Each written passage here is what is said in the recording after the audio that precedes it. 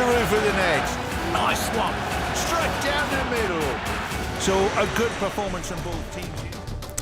Hi and welcome to Firstpost. I'm Rupha Ramani here and I'm going to take you through what's lined up today. Let's get started.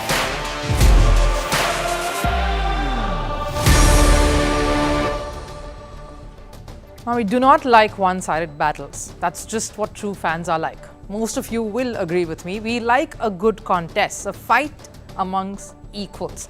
But sometimes, just occasionally, a brutish display of strength and power is just as much a joy to watch. Like Mumbai last night at the IPL tournament in cricket, where they pulverized Bengaluru at home. Despite the visitors showing some spirit, we speak of the theme of this win and what it does for the Mumbai Indians campaign. How was Hardik Pandya, the captain, and why is Jasprit Bumrah the most impactful cricketer in world cricket today? Also, speaking of brutish display, one tennis player takes this quite literally. What has Russia's Daniil Medvedev done now? And we delve into the history of Medvedev's madness. And finally, Liverpool stumbles to a shock defeat at the hands of Atalanta. Can the Reds turn things around? And is Jurgen Klopp the best person to lead them on this near impossible mission of a treble? But first, Sports 360. Holger Rune had a hard-fought day at the Monte-Carlo Masters yesterday. Rune first defeated India's Sumit Nagal in a rain-delayed encounter that lasted 3 sets, 6-3, 3-6, 6-2. He then defeated Grigor Dimitrov 7-6, 3-6, 7-6 in a match that lasted 3 hours. The 88th Golf Masters teed off yesterday and got suspended due to bad weather. Play will resume with American Bryson DeChambeau in the lead. The other big name competing for glory, other big names are Tiger Woods and Rory McIlroy. Woods, of course, coming in with some injury concerns, but all eyes are on him. The last time Tiger Woods won a Masters event was back in 2019. Over in badminton, India's campaign at the Asia Championships has ended. All Indian shuttlers lost in the round of 16. PV Sindhu went down to world number 7, Han Yu, 18-21, 21-13, 17-21. And HS Pranoy lost to Chinese Taipei's Lin Shu Yi, ranked 19th, 18-21, 11-21. The circumstances surrounding baseball star Shohei Ohtani's former interpreter Ippei Mizuhara is getting murkier. He's now been charged by the US officials for stealing $16 million from Ohtani. The lead prosecutor has accused Mizuhara of impersonating Ohtani. Mizuhara had been fired by the Los Angeles Dodgers for a $4 million theft allegation.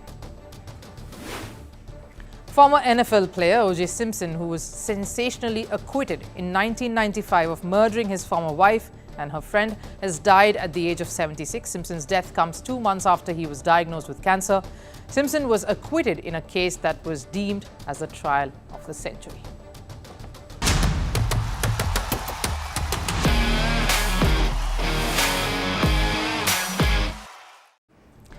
For Indian cricket fans, what is as good as watching MS Dhoni in a murderous mood with the bat? Well, what Mumbai franchise displayed last night, an absolute all-round power-packed performance. If Jasprit Bumrah's brilliant fifer was not enough, Ishan Kishan put on quite a show, and if that didn't do it, then you only had to wait to watch the histrionics of Surya Kumar Yadav. There will be no words that will be apt enough to describe what he did last night. Mumbai showed why they are still a threat and a team to be taken seriously in this tournament. How can we talk about Mumbai and not mention the elephant in the room, Hardik Pandya? He looked sharp, in a very positive frame of mind, came out to bat, welcomed by boos. Yes, that's still not stopping, but silenced the crowd for sure with that first ball strike over the ropes. There was a general bounce to his stride. We will, of course, come back to more on him in just a bit, because I simply have to speak about Jasprit Bumrah up front. What a special bowler, when you probably are fooled into thinking that the biggest reason he is reaping the rewards being so clinical is his sheer talent alone. Bumrah gave you another reminder of what a brilliant mind is behind that sheer pace, precision and execution. Picking up 5 wickets on a day when 400 runs were scored, super performance. I am very happy with the outcome, but I will not say I had always thought of taking a fifer. Wicket was sticking in the first 10 overs. I observed that quickly and tried to use it to my advantage. One of those days where things went in my favor and catches went to hand. Very happy with the contribution. Of course, he's being a tad modest here, but when asked what it takes to be that specialist death bowler, a trait so rare, here's what he says. In this format, it's anyway very harsh on the bowlers, so you have to have all kinds of skills. I should have different options. I should not be a one-trick pony and can't just rely on Yorker, because there will be days where my execution is off, so I can rely on other deliveries. Everyone is doing research and data, so people start to line you up. So I wanted to have different skills. Lessons you need in life, not cricket alone. If you know to do just one thing really well, what happens when that stops working? When you are found, what then? What else? The point of being in a profession is to keep evolving. That's what Jasprit Bumrah goes on to shed light on. How he puts himself through the worst possible scenarios and situations during practice, like a match simulation of sorts, to see how he copes, because that is what can come close to preparing you for when it happens during match, when everything is on the line and the stakes are high. He says a very important thing towards the end of the interview. In this, you can have no ego. In this format, in this game, you can have no ego. And I guess that was the theme of the night for Mumbai. The win, showing everyone that they're rising above it all to do what they're here for. Play like one team and play to win. Jasprit Bumrah led the charge right up front, and that comes as no surprise. His spell put the right tone to Mumbai's response when they came out to chase down 200. Rohit Sharma at the top is so critical for that unit, despite his short stay, his short cameo, because it's not the number of runs he makes, but just his presence to try and get someone like Ishan Kishan back to doing what he does best. That's put pressure on the opposition with some incredible hitting. 200 at Wankhede was going to be a bit of a challenge with a sticky wicket, but with the dew coming on, you knew Mumbai were in it. Ishan Kishan's knock was critical for his mental space and the health of the franchise too. Under fire for staying away from domestic cricket, resulting in losing his contract. It's not exactly the best situation to be in to be able to play freely, but he did that.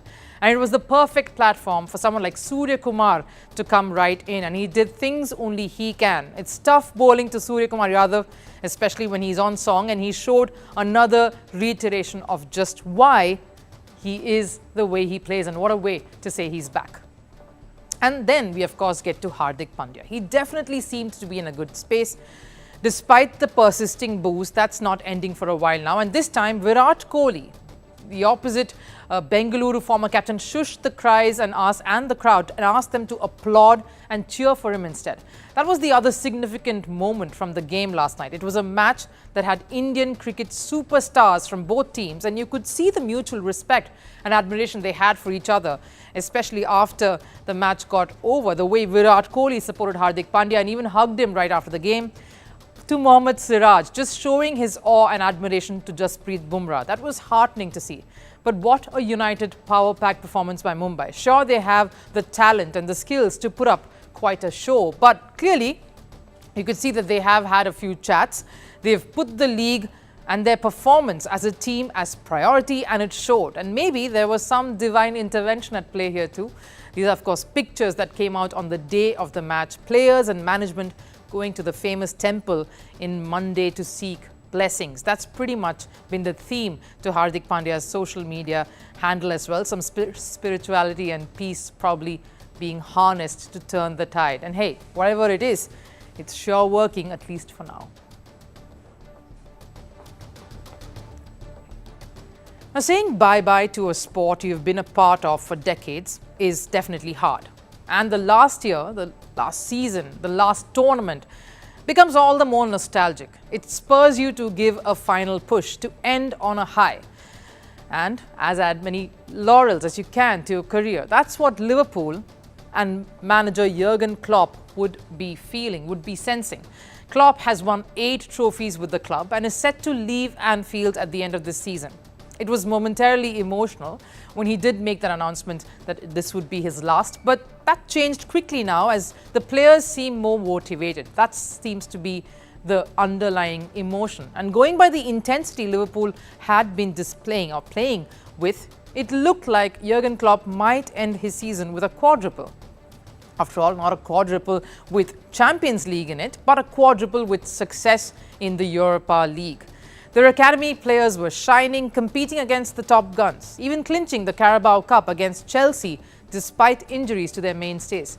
But the past 3 weeks has brought a shift in the momentum. They lost in the FA Cup quarterfinals to Manchester United. So the quadruple dream ended right there. But that was only one trophy. A treble dream was still alive.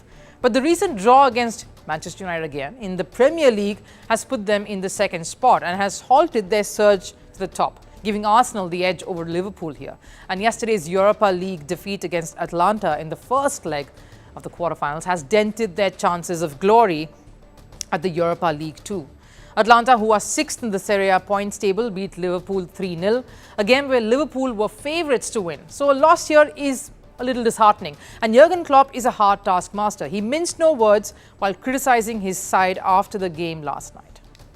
Well, times just was a really bad game. Oh my God. So we started well, really well, and then didn't continue. I think before they scored even, but we just lost the plot a little bit, like we were everywhere and nowhere. So midfield was spread like that. Right midfielder, left side, left midfielder, strike, and was whoop. I didn't recognize it. That was really strange. But yeah, so that be in football terms, that's tactical discipline. But anyhow, we had a big chance, I think, from Darwin, and then unlucky with Harvey. Then they scored a goal, and then we kept playing into their cards, to be honest, in their hands. Now, it wasn't just the loss that frustrated the German, it was the way Liverpool lost. Despite having a 71% possession, Liverpool failed to dominate the game. They failed at being accurate enough, and the opposition managed to convert the chances better. Liverpool only have themselves to blame. They had a full squad with all their players fit and raring. And if this season has taught us anything, Liverpool can even play with their academy players and still win. So clearly, a loss with your full squad against a side like Atalanta definitely hits Liverpool hard. But does this mean their treble dream is over? Maybe not just yet. It's Liverpool we're talking about, the comeback kings. If anyone can really turn the tables from here on, it has to be Liverpool. Remember the 2019 Champions League semi-final against Barcelona, the same one where Alexander-Arnold took the corner quickly and Origi scored. Liverpool were trailing 3-0 after the first leg there as well. And in the second leg at Anfield, Liverpool scored 4 goals to qualify for the final, a tournament that they eventually won. So the Reds find themselves in a bit of a corner here as well. Instead of Champions League, it's the Europa League they are aiming for. And it's Jurgen Klopp's men who would be aiming to repeat that very feat. A task that seems impossible given the situation they find themselves in. But here's the thing. In this season alone, Liverpool have won 7 games after trailing. So they know what it takes to come out of the most uncomfortable positions and push for a win. And if that rests with one person, it will have to be the manager. He's at the center of this, the one man who can actually make the treble dream come true for the Reds. Jurgen Klopp's last season, and we love that story of nostalgia and poetic justice. Plus, the German would do anything to cement his legacy with Liverpool because he's the same man who took this very club to their first Premier League title, a league title after 30 years, near impossible, a Champions League title after 13 years, a historic achievement. The best often comes out roaring when the chips are down. That is what separates the best from the rest. And Jurgen Klopp's genius, coupled with the art of coming back, is what could make the difference to Liverpool's campaign at this point. There is one tennis player who sort of stands out, Russia's Daniil Medvedev, not just for his quality of tennis, he's one of the best in the world and a very tenacious competitor, but his temper matches the speed of his shots. He's hot-headed.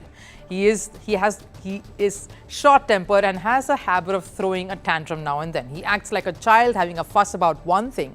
The referees and umpires fear him the most. Spectators love to watch a good show, so he's always a draw for his tennis and the extras that come with it. So great for the ratings and the sport. And recently, he got into a series of outbursts. Not one, but more than many at the Monte-Carlo Masters. No surprises for guessing he did not make it past the round of 16. Take a look.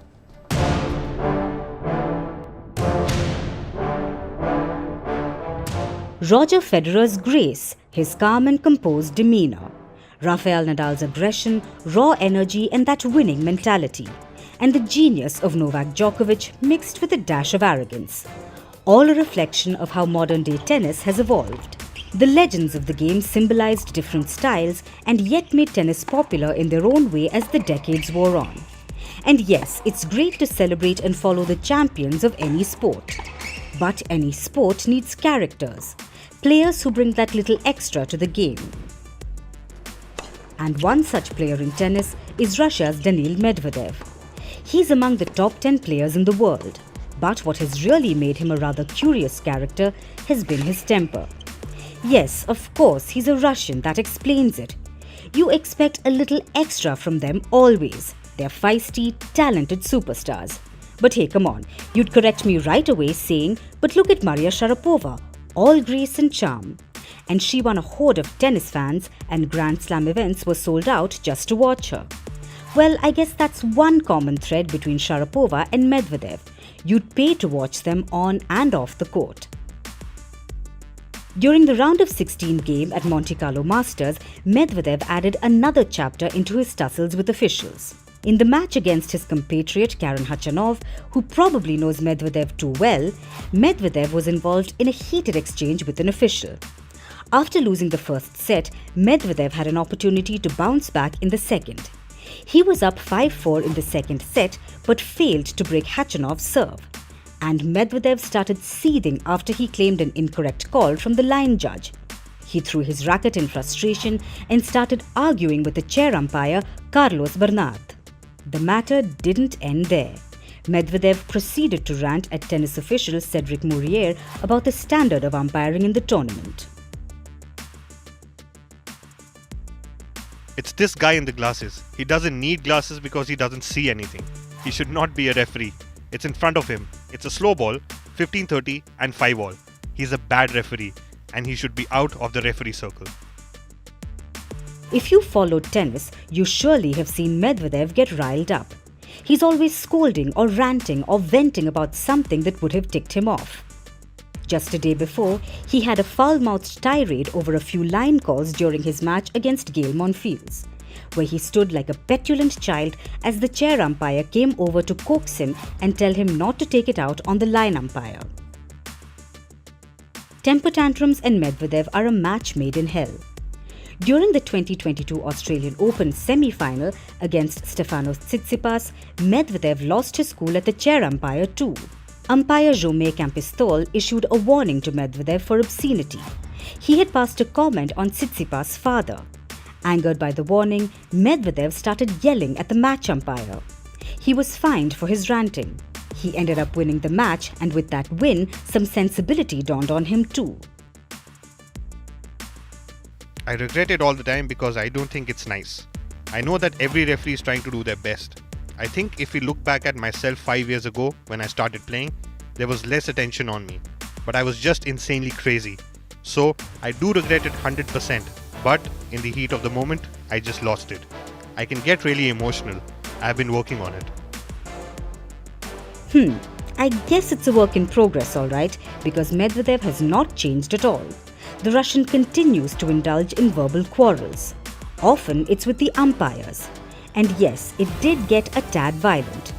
During the 2020 ATP Cup when Russia was playing against Argentina, Medvedev hit the umpire Mohammad Lehani's chair twice with his racket. This happened after an argument with his opponent, Diego Schwartzman. Medvedev was slapped with a code violation for unsportsperson-like conduct. Angered by this, Medvedev hit the umpire's chair. Clearly, Medvedev strikes fear not just in his opponents, but the umpires officiating in the match. Many have witnessed and been the butt of Medvedev's mad streak. Umpires first in target, opponents of course, and even fans. Yes, spectators can bear the brunt of his ill temper too. Who can forget Medvedev calling a spectator at the US Open stupid on camera? As long as he's not abusing or physically harming anyone, a little bit of heat is all good. And especially when he himself has acknowledged how temperamental he is. Yes, he can get rude, and yes, he does cross the line. So he ought to be punished and penalized every time he does. But would we want to muzzle him? Of course not. Sport would be a tad poorer without such characters. Only black or white is no fun. We all need a bit of grey. Time for last serve. We absolutely love watching sporting heroes from across different disciplines crossing paths. Ferrari driver Carlos Sainz caught up with the top tennis stars Novak Djokovic and Yannick Sinner at the Monte-Carlo Masters. Sainz, who's a big Sinner fan, even joked that he would not want Sinner to fly in and watch his race. Too much pressure.